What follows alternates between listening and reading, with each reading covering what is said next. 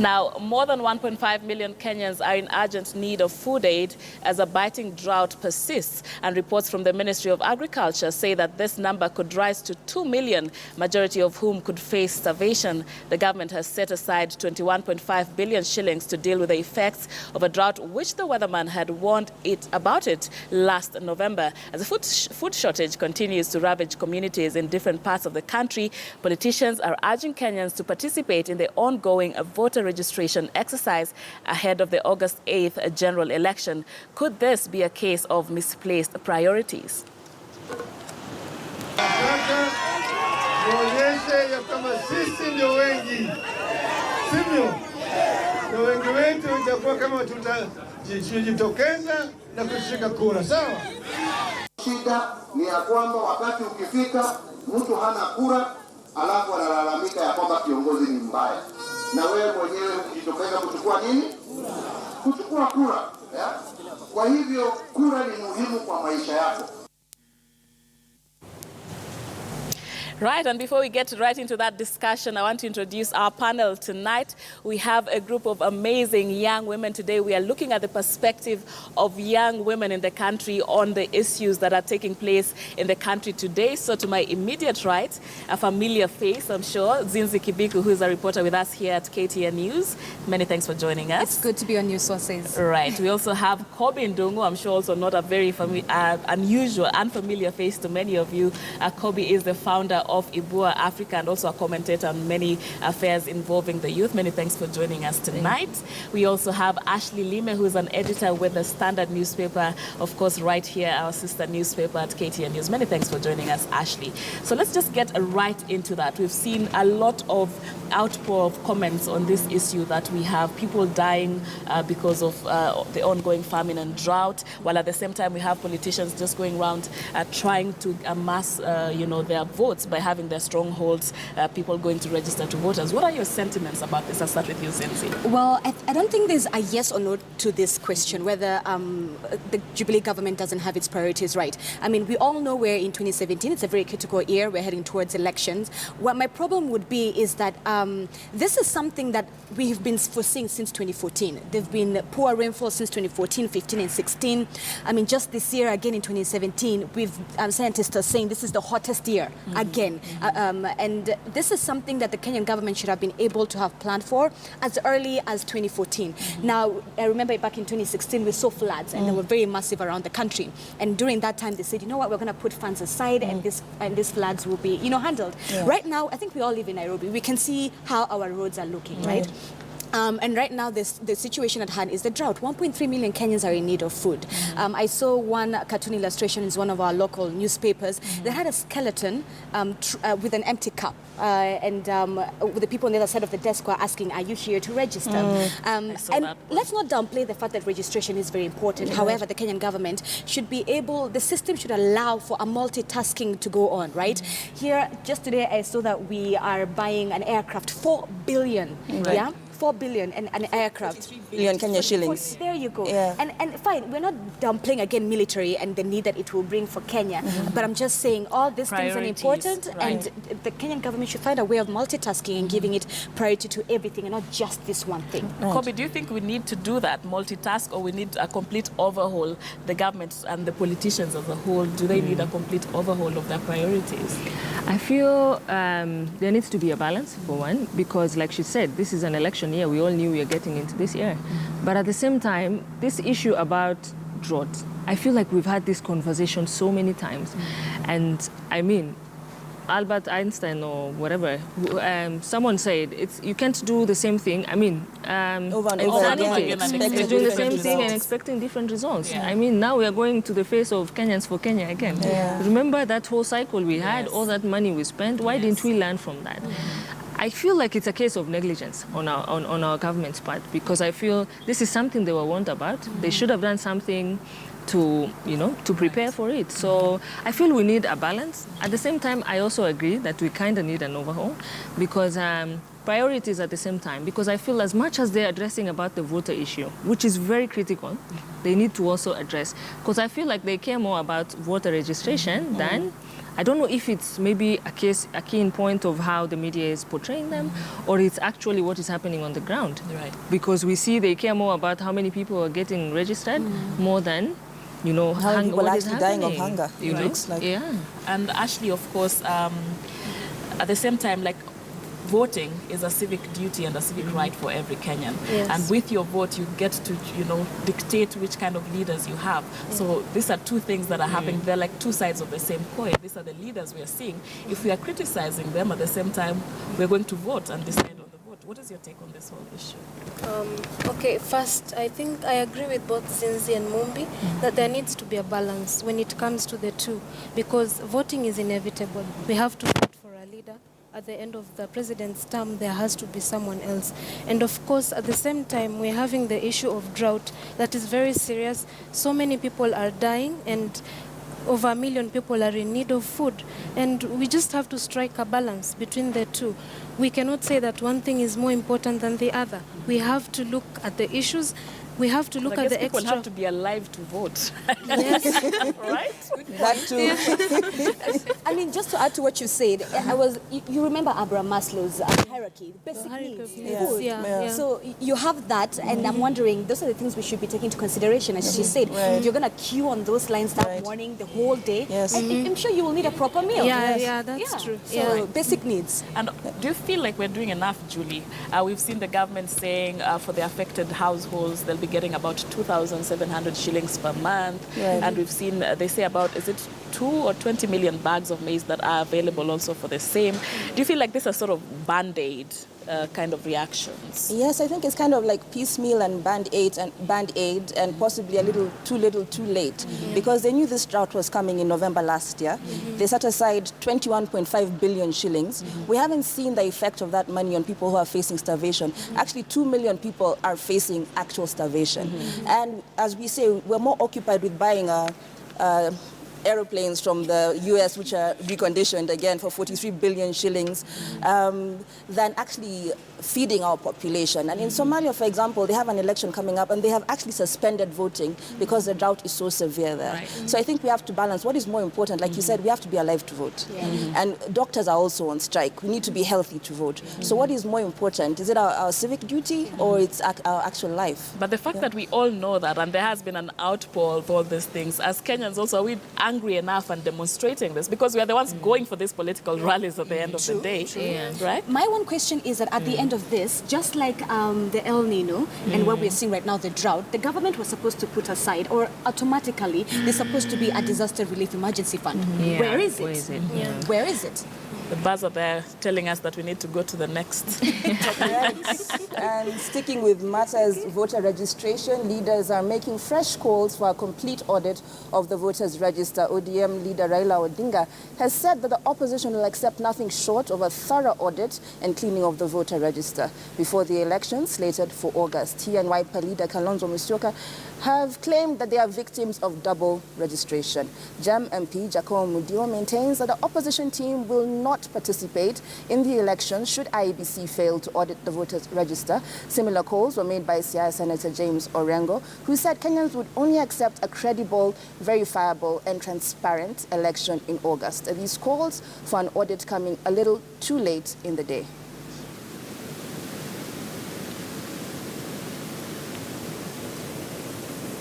And the process leading towards the elections are not accountable, are not transparent, are not verifiable, and are not accurate. We will not allow elections with a dirty and unclean voter register. Never.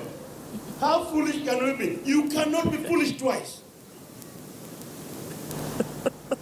Never. How foolish can we be? We will not allow. But again, we're stuck around this issue of voter registration. What is the most important thing? And these seem like political Hunger Games. Because one thing after the other, now let's clean the register. After that, we don't know what's going to come. And is cleaning the register the only thing that needs to happen for this election to be credible? Zinzi, I'll start with you. First of all, do I think that the opposition are calling out for the, for audit to be cleaned wrong? I think it's perfect. As an opposition leader, you're supposed to be there to make sure that the governing body is doing its job and keeping its eyes on it. Right. Is it too late?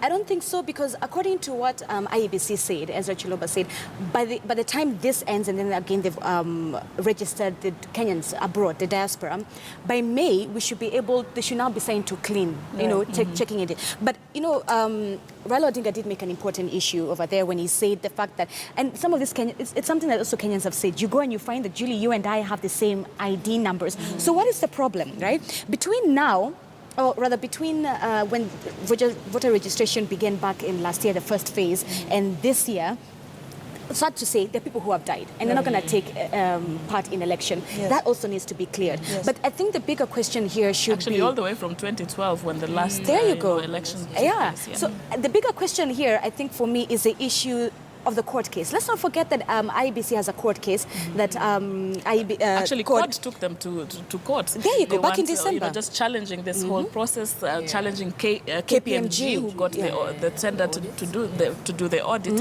And of course, while they have a place, and of course, just having a clean and clear and what everybody believes to be, over the table kind of a register is important.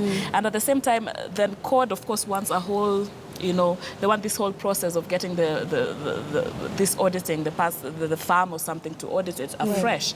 But let's not forget that we are also running out of time here. True. Has court really pointed out any tangible reasons why KPMG should not do it? I think they allow you to go until right before the election when it comes to audit. So they have, give or take, maybe 5 months. But it still sounds like it's a gimmick of sorts. I know we need a clean register. Let's not underestimate that. But is that the only thing that's stopping us? I feel like to some point we should also consider the fact that this could be propaganda. I mean, it's election time, so these guys, and they already know, I mean, the government does not have an upper hand with the people already because of all the scandals that have been happening before. So they feel like they have an edge when it comes, the moment you say this register is not clean, anyone will believe you, because, I mean, we've seen worse, particularly, unfortunately, from this government. So I feel like it could also be part of propaganda. I don't know. Planting a seed. Yeah, that's why. And I like, a seed of doubt. And I mean, that's all you need to get people to change their vote. But remember, Mumbi, in 2013, the issue of red, green, yellow, all those books that were purporting to be voters' registers. Yes. And this is where this whole argument also stems from. The dead voters, they're purely just ghost voters who don't even exist. So it's an important exercise. Might not be propaganda, but might be coming maybe a bit late in the day, actually. But I tend to think, I don't think it's propaganda to the most extent, because even the electoral agency said that about 128,000 people were double registered, the double registration. So I think the opposition has some point when it comes to this. The register needs to be cleaned. I mean, we need to have credible elections, and but also at the same time, I think the allegations they are coming with about the IEBC officials taking the voter registration kits across the borders to Uganda and Ethiopia to have people registered. I don't think that is very credible. I mean, where's the evidence? And I think that's where I come in when I say part of it could be propaganda to plant the seed of doubt we are talking about. Fine, we have an issue and they need to address it. But I feel there are better ways, avenues of addressing such an issue. I don't mind them, going to court and saying this. But how do we address that issue for it to cater for both the government and the citizenry? I remember Ezra Chiloba, the CEO, had mentioned that, can we handle this out of court? And he said, what court was proposing is that we have about 14 parliamentary selected committee to handle this. But you want to remember that KPMG are professionals at what they do. These 14 selected committee members, do they have that? And of course, court was asking the question of, has KPMG handled, an issue of such a magnitude before? And it's a valid question, but then the question becomes, which kind of farm has handled such kind of an exercise before? All right, we'll continue with that discussion in finer detail. And CORD leader Raila Odinga's daughter, Rosemary Odinga, has officially launched her bid for the Kibra constituency seat currently held by Kenneth Okoth. Rosemary launched her candidature at the Kamukunji grounds, which is popular for political meetings. The grounds are frequented by her father. She was accompanied at the launch by Senators Boni Khalwale and Moses Kajwang, Nairobi ODM chairman George Aladwa, and SONU chairman Babu Owino, her announcement was met with an online outcry, with Kenyans tweeting under the hashtag Odinga Dynasty. Nikisema ninaenda kusimama, wangapi wataenda kuchukua kura?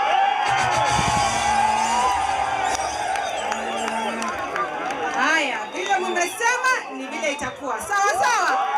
Sawa sawa. Nitaenda kusimama kwa kiti ya ubunge wa Kibra. Haya, sawa.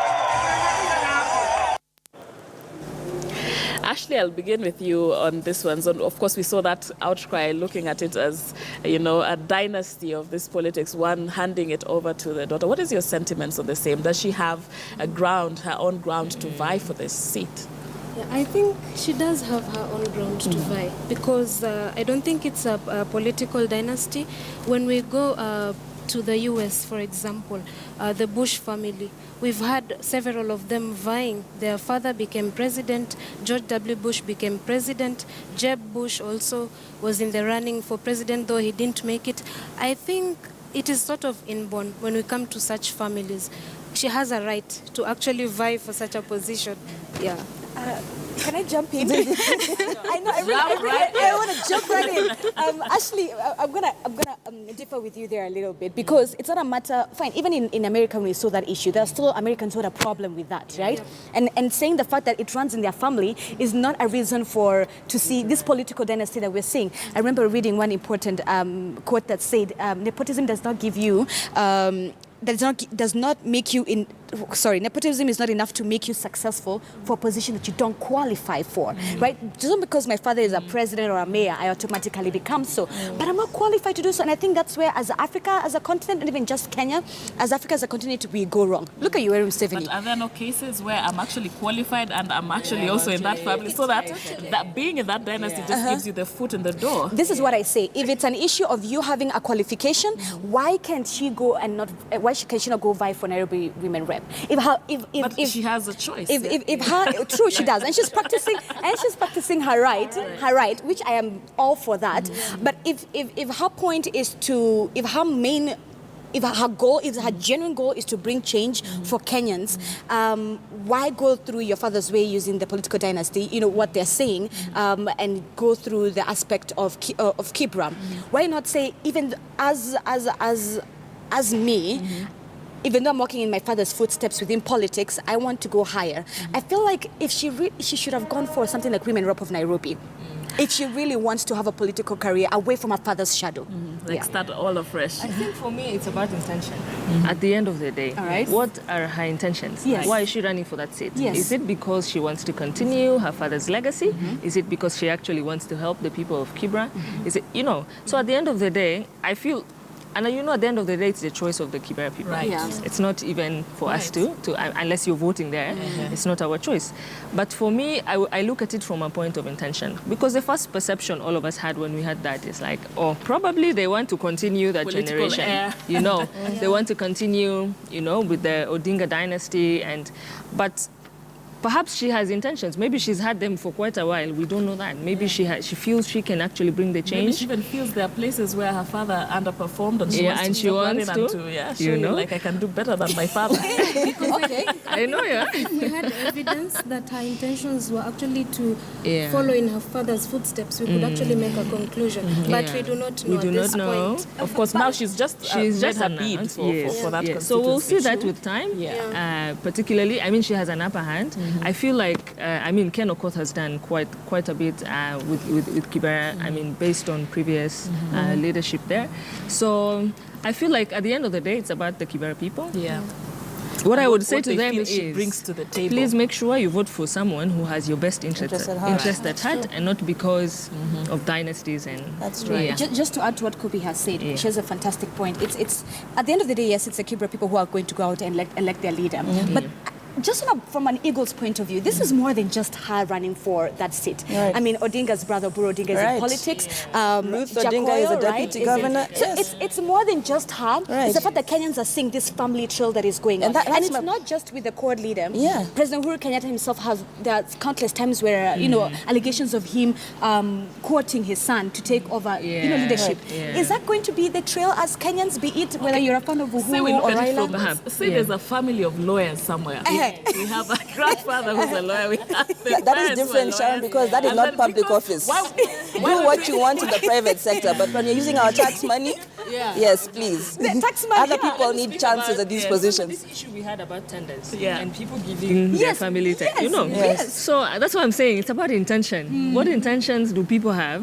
with those positions they're going for? And politicians always have the purest of intentions, but we all know what happens once you enter within those hallowed halls of Parliament. But unfortunately, we have to move on, ladies. And we have to wait and see. Right, to the doctors' strike now, which today marks day 51.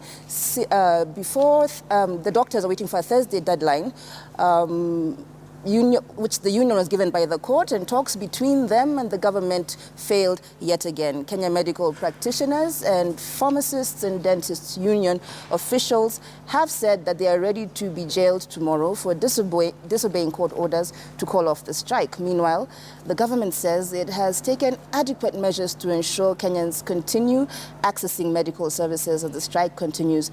However, according to the Health CS, Cleopa Mailu, talks to end the doctor's strike are due to resume on Monday, even as union officials risk jail term should an agreement not have been reached by tomorrow. I sentence you for 1 month in jail, suspended sentence, which will fall down. The sentence is hanging on your head.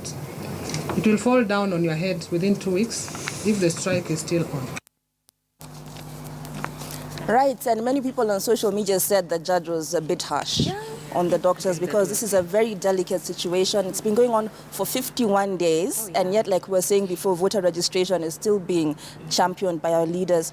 And earlier today on a different TV station, the CS for Finance, Henry Rotich, actually kind of slipped up and said that if we raise the salaries of the doctors in the public sector, then the private sector will go out of business, which gives you some insight into why it's taking so long to sort out this doctor's strike. Zinzi, I'll start with you. What do you think about this? Yeah, I can tell Kobe is also passionate. She's about to jump in here.